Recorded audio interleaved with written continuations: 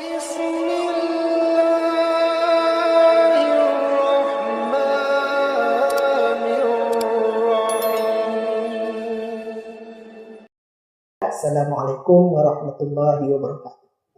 Alhamdulillahirabbil alamin. Wassalatu wassalamu ala asrafil anbiya'i wal mursalin wa ala alihi wa sahbihi ajma'in. Ashhadu an la ilaha illallah wahdahu la syarika lah. Wa ashhadu anna Muhammadan abduhu wa rasuluh. Sallallahu alaihi wasallam la nabiyya ba'd. Ya ayyuhalladzina amanu ittaqullaha haqqa tuqatih wa la tamutunna illa wa antum muslimun. Faqala Allah Ta'ala fil Qur'anil Karim, A'udzu billahi minasy syaithanir rajim. Bismillahirrahmanirrahim. Kama arsalna fikum rasulan minkum yatlu 'alaikum ayatina wa yudhakkikum wa yu'allimukumul kitaba wal hikmah wa yu'allimukum ma la ta'lamun. Fadhkuruni adhkurkum washkuruli wa la takfurun. Shadaqallahu azim. Kaum muslimin sidang jamaah yang dirahmati oleh Allah Subhanahu wa taala. Pertama dan utama sekali puji dan syukur kita ucapkan kehadiran Allah Subhanahu wa taala yang selalu memberikan nikmat dan hidayahnya kepada kita semua. Sehingga pada malam hari ini kita masih diberikan oleh Allah Subhanahu wa taala kemauan dan kesediaan untuk bisa sama-sama hadir di musala yang kita cintai ini guna untuk mengkaji ayat-ayat Allah Subhanahu wa taala. Mengkaji ayat-ayat Allah Subhanahu wa taala agar kita mengenal Allah Subhanahu wa taala dan mengenal diri kita sendiri. Kemudian selanjutnya salawat beriringan dengan salam. Juga tak bosan-bosannya kita mohonkan kepada Allah Subhanahu wa taala agar dihadiahkannya kepada arwah junjungan alam, yakninya Nabi Muhammad sallallahu alaihi wasallam. Bersalawat kita kepada beliau dengan mengucapkan Allahumma shalli ala Sayyidina Muhammad wa ala ali Sayyidina Muhammad. Semoga kita menjadi umat beliau yang nantinya diberikan oleh beliau syafaat di yaumil akhir nanti. Amin, amin ya rabbal alamin. Kaum muslimin sidang jemaah yang dirahmati oleh Allah Subhanahu wa taala. Kita buka pengajian kita dengan ayat yang telah dibacakan tadi, yakninya surat Al-Baqarah ayat yang ke-151 sampai dengan ayat yang ke-152. Apa kata Allah Subhanahu wa taala? Kama arsalna fikum rasulan minkum. Sebagaimana telah mengutus kami kepada kamu daripada golongan kamu sendiri. Yatslu alaikum ayatina. Apa pekerjaan daripada orang yang diutus tadi? Yatslu alaikum ayatina. Yakninya membacakan ia kepada kamu akan ayat-ayat kami. Nah selanjutnya apa? Wa yudhakkikum. Dan mensucikan ia akan kamu.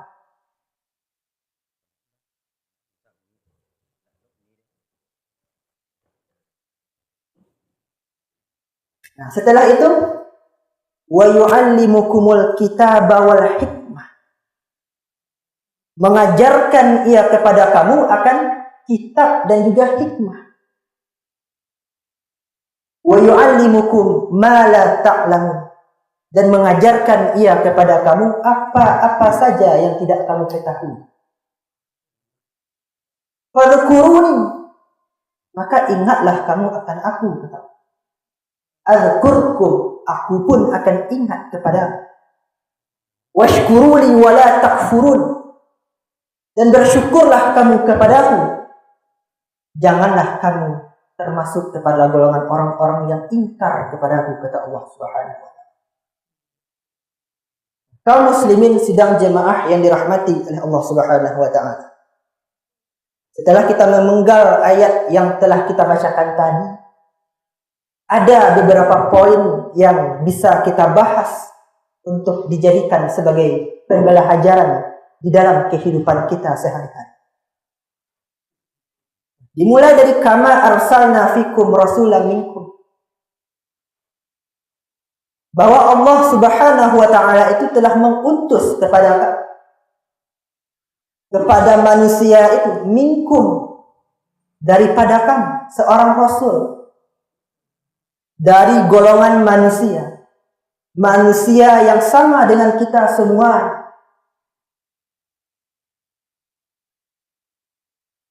Nah, bahkan di ayat yang lain Allah mengatakan, bertanya orang-orang kafir, kenapa manusia yang sama seperti kami yang diutus oleh Allah Subhanahu wa taala? Apa kata Allah Subhanahu wa taala? Bahkan walaupun malaikat sekalipun yang diutus oleh Allah Subhanahu wa taala untuk menyampaikan ayat-ayat Allah, sungguh pasti masih akan banyak manusia yang akan mengingkari. Nah, sehingga apa hikmah dari diutusnya seorang rasul itu daripada golongan manusia itu sendiri? Nah, karena dengan diutusnya seorang rasul itu dari golongan manusia, ia akan menjadi contoh suri tauladan yang sempurna untuk manusia itu sendiri. Kalau misalnya kita berbicara tentang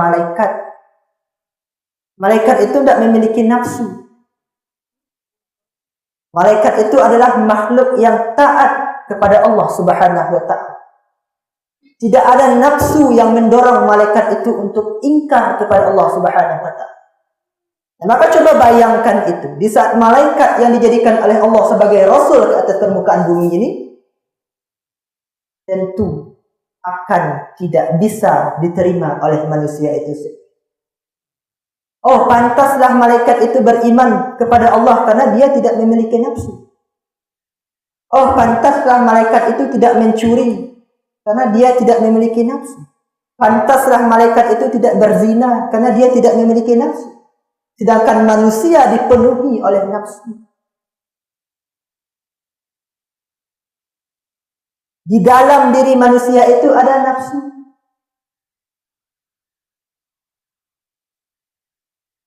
Nah, kita lihat Nabi Muhammad SAW, seorang manusia minkum, dari golongan manusia itu sendiri, bukan malaikat, tetapi sungguh sangat luar biasa sekali suri tauladan yang dapat kita contoh daripada Nabi Muhammad SAW.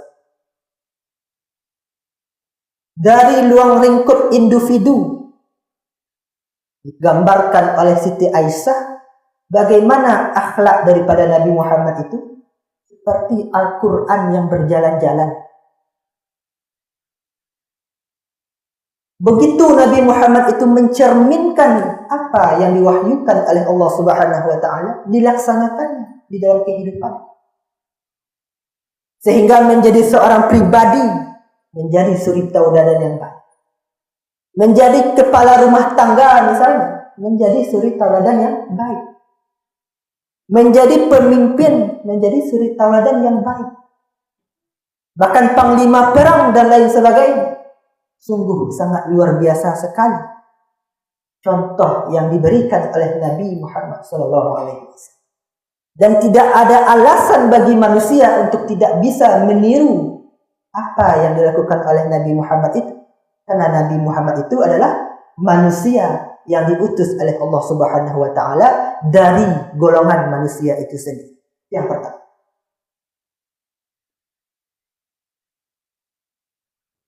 Nah, kemudian yatslu alaikum ayatina. membacakan ia kepada kamu akan ayat-ayat kami.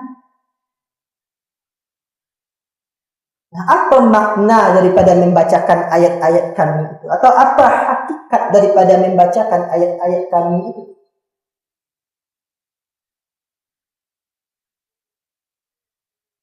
Sebenarnya maksud daripada kita mempelajari ayat-ayat Allah itu. Ayat-ayat Allah itu ada dua macam. Ayat qauliyah dan juga ayat kauniyah. Al-Quran yang kita baca kok adalah ayat qauliyah yang diturunkan oleh Allah Subhanahu wa taala melalui perantara malaikatnya kepada Nabi Muhammad sallallahu alaihi wasallam. Sedangkan ayat kauniyah itu adalah segala macam sesuatu kecuali Allah itu sendiri.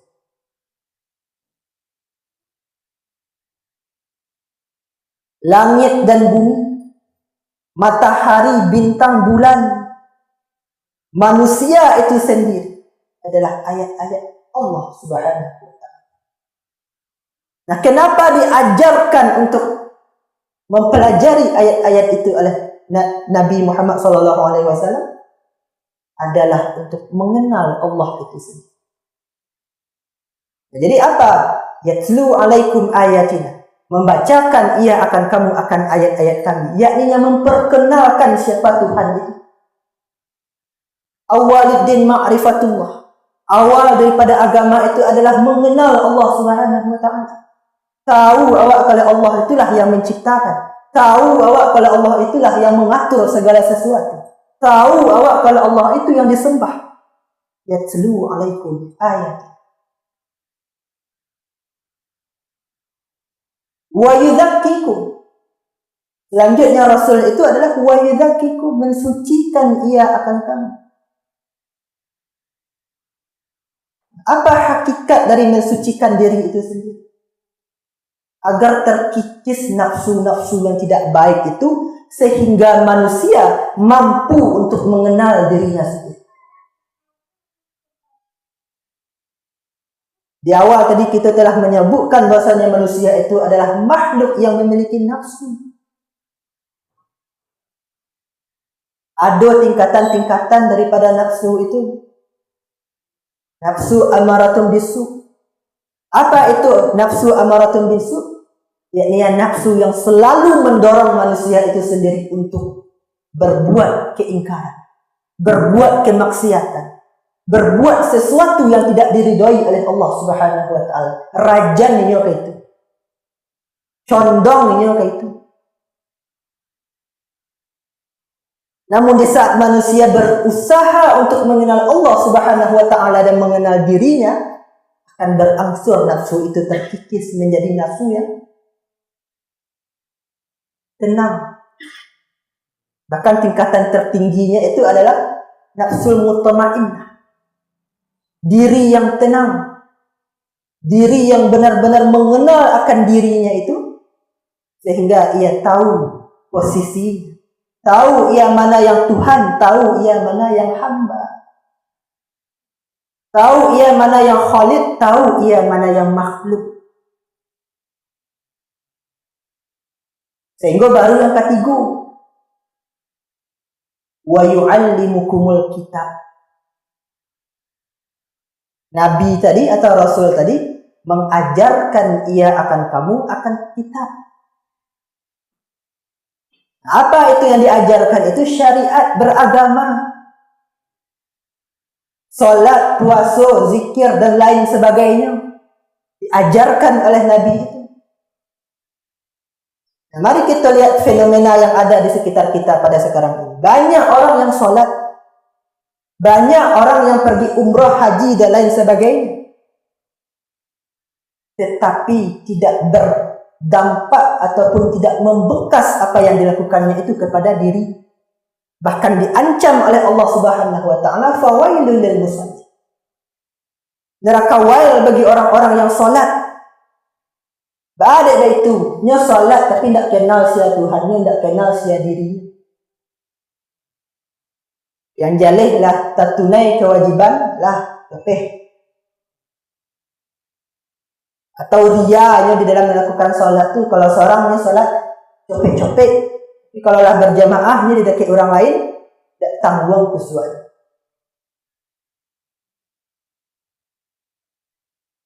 Nah, sabuklah segala macam hal yang ada. Betapa seseorang itu melakukan syariat-syariat yang ada, tetapi sayang mereka tidak kenal siapa Allah dan juga tidak kenal dirinya sendiri. Sehingga apa yang dia lakukan di atas permukaan bumi ini, sesuatu yang harusnya bernilai ibadah tadi, malah menjadi sesuatu yang tidak disukai oleh Allah Subhanahu wa Ta'ala.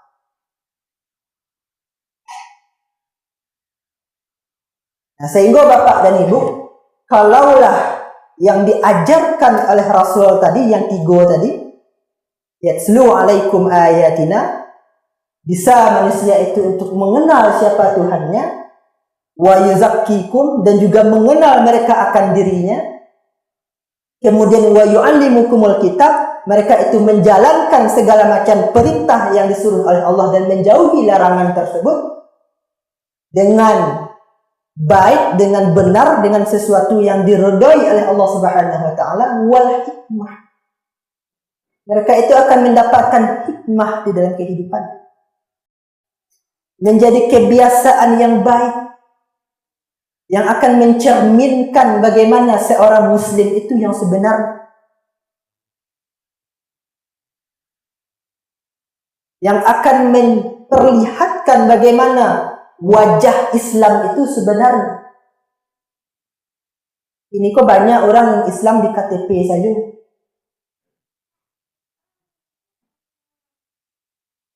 tapi tidak paham sampai kerongkongan apa yang dibaca itu saja. Tidak sampai masuk ke dalam hati. Sehingga tadi sempat dibahas, ada ilmu itu ilmu dunia dan juga ada itu ilmu akhirat.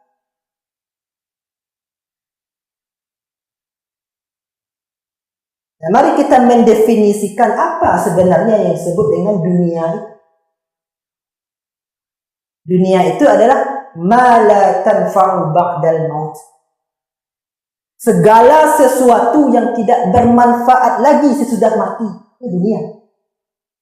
Apa itu akhirat atau apa itu akhirat? Ma tanfa'u ba'dal maut. Segala sesuatu yang bermanfaat setelah kematian itu sendiri.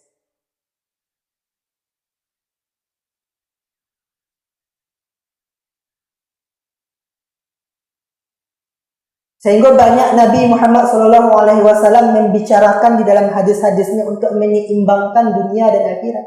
Apa makna dari menyeimbangkan dunia dan akhirat itu?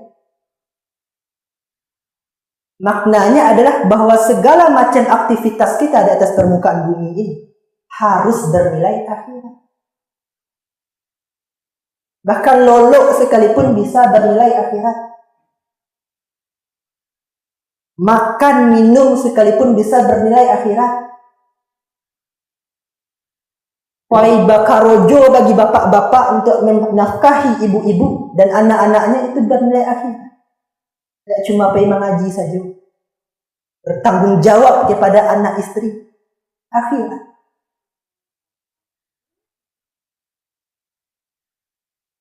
Belajar fisika, kimia, matematika, hukum dan lain sebagainya. Kok ditujukan itu untuk mempelajari tadi ayat-ayat Allah Subhanahu wa Ta'ala bernilai akhirat.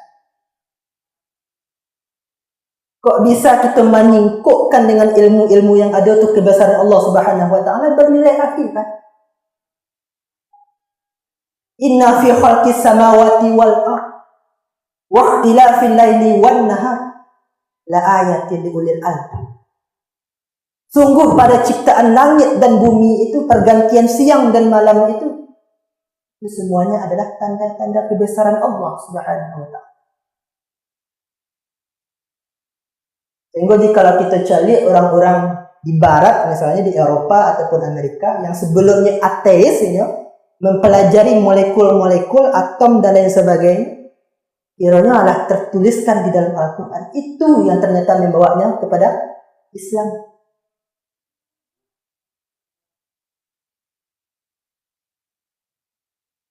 Itu diajarkan oleh Nabi Muhammad untuk membacakan yang baik-baik atau berdoa untuk sebelum minum. Sehingga ada penelitian di Jepang itu yang menunjukkan bahwa air itu memiliki molekul-molekul. Kalau dibacakan yang baik-baik, akan baik bentuk molekulnya itu. Sebaliknya, jika dibacakan yang jelek-jelek, maka akan jelek pula molekul yang ada. Sehingga jika kita melihat mana air yang paling baik di atas dunia ini, adalah air Zam-Zam. Kenapa? Karena setiap hari tidak putus-putusnya doa yang dipanjatkan oleh umat Islam di situ. Penelitian itu baru dah PDI-nya ternyata benar apa yang dikatakan oleh Rasulullah SAW. Dan masih banyak yang lain sebagainya. Jadi penting kita untuk mempelajari sesuatu itu tidak hanya jangan mengklasifikasikan dunia dan juga akhirat itu di dalam sesuatu yang sempit. Wabtaghi fima ataqallahu ad-darul akhirah wa la tansa nasibaka minad dunya. Carilah olehmu di dalam kehidupan dunia, di akhirat itu di dalam kehidupan dunia. Wa la tansa nasibaka minad dunya. Tapi jangan kamu melupakan bagianmu di dunia. Menyeimbangkan dunia. Muara kita satu, apa? Ridha Allah Subhanahu wa ta'ala. Jadi insinyur, tujulah ridha Allah. Menjadi pejabat, tujulah ridha Allah. Dengan kekuasaan itu kita menegakkan agama Allah Subhanahu wa ta'ala, membantu masyarakat dan lain sebagainya. Menjadi dokter, tujulah ridha Allah. Menjadi guru, tujulah ridha Allah. Menjadi kepala rumah tangga, tujulah ridha Allah. Menjadi ibu rumah tangga, tujulah ridha Allah. Itu muara kita. Kok di dalam batang pengajian disebutkan itu bak umpama orang balai.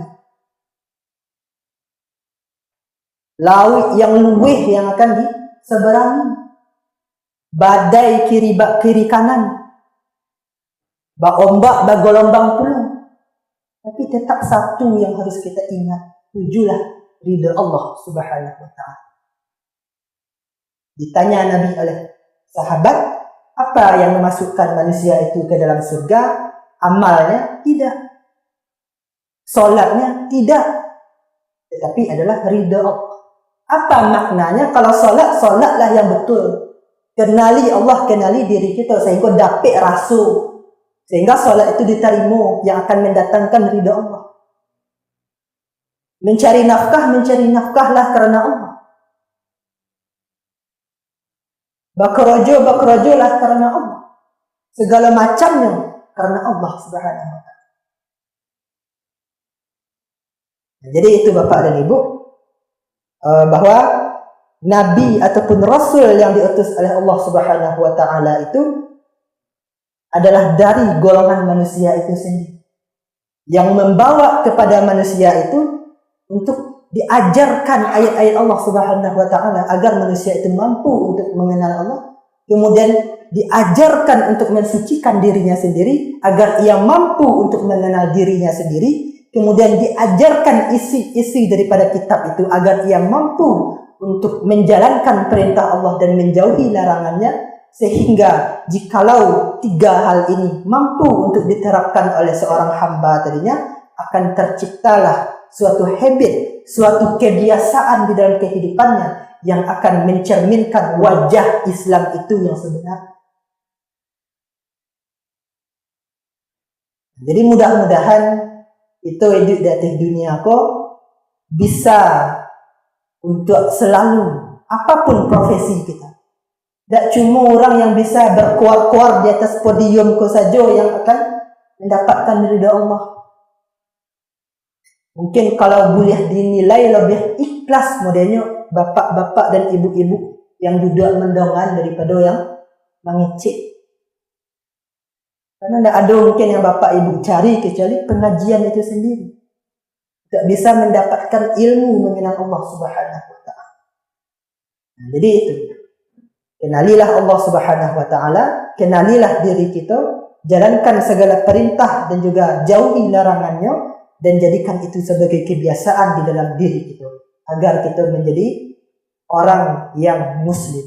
Wala tamutunna illa wa antum muslimun.